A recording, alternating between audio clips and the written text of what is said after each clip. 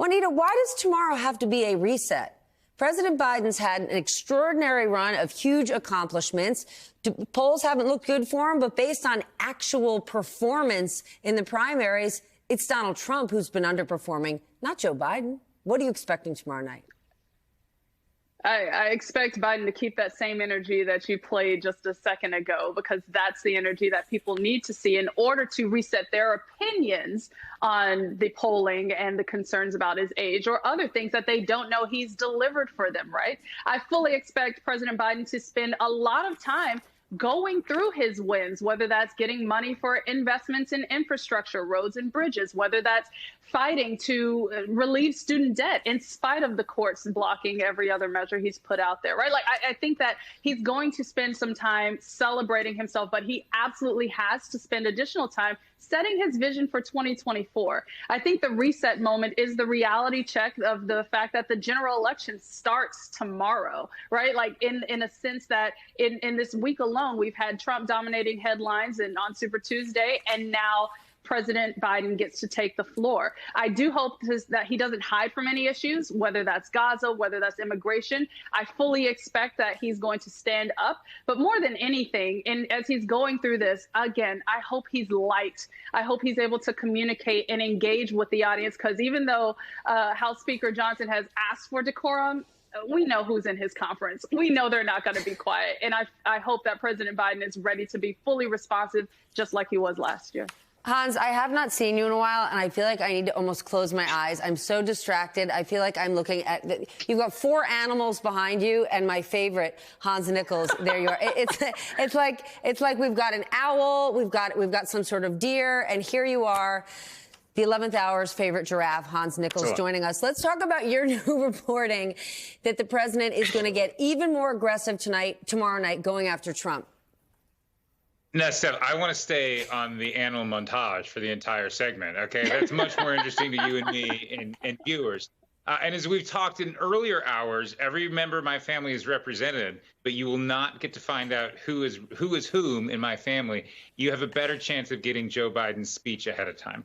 Wow. On the speech, here's what I think we're going to get. We're going to get a very feisty president. We're going to get a president that wants to take it directly to his Republican critics. We're going to have a contrast speech. As my colleague was pointing out, there's going to be a lot of sort of partisan moments in here, and this is the beginning of the presidential campaign. Although we can pick any arbitrary date and say this is the beginning of the presidential campaign, because we've been living this presidential campaign in some ways since the midterms, really since January 6th. It seems like one continuous campaign. It's just going to get slightly more intense. That might be, Stephanie, something that a fox would say, but as you know, you're more of a hedgehog, less of a fox. I mean, Hans Nichols would like to get himself invited back on this show, and he just hits me that I'm more of a hedgehog than a fox. You know what? Let's turn back to Juanita. Juanita, so let's talk about this reset moment. The Biden administration is super excited about it. It's an important speech. But are they overestimating the impact of the State of the Union? I would like to believe that the entire country is going to sit down tomorrow night and focus on the president's words and then the Republican words. But let's be honest, they're not. They're not. And I feel like we talked about this a little while ago, Stephanie, about the importance of Biden leveraging clear moments, right? Because those moments are going to be clipped and circulated across the internet for weeks. We also know that the Biden administration is going to be fanning out across the country, reiterating a lot of the themes that the president is going to be talking about tomorrow night. So the playbook is going to be set as far as where the repetition is going to happen on the ground across the country over the next few months.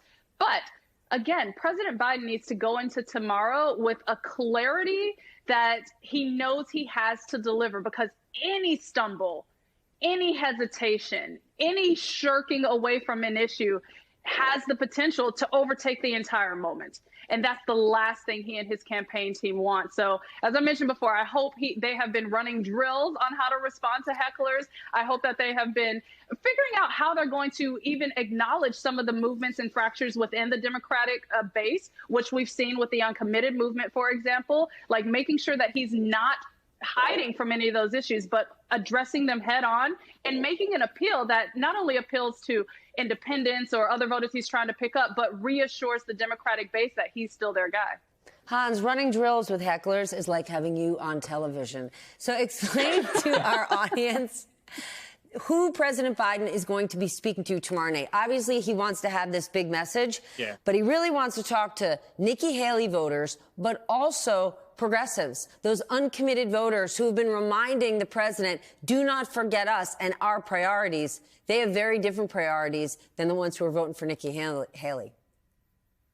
Yeah, look, on some levels, all presidential speeches, and this president's no difference, they're broadcasting on different frequencies. They have different audiences. They have different lines. That's particularly true with the State of the Union, where you have almost line item mentions just for specific constituencies. So a lot of constituencies that are important to the president will feel heard. They'll feel addressed. But I think Juanita's broader point is the one that we should all take away from here. And that is that the president does have to play error-free. He's got to be up there error-free for 40, 50. I think the speech is going to be maybe a little bit shorter than it has been in the past. But he has to be error-free because we all know in this environment, in this ecosystem, the president gave a perfectly fine speech. If he has stumbles, if he has anything minor, if he has anything major, that's what's going to be circulated.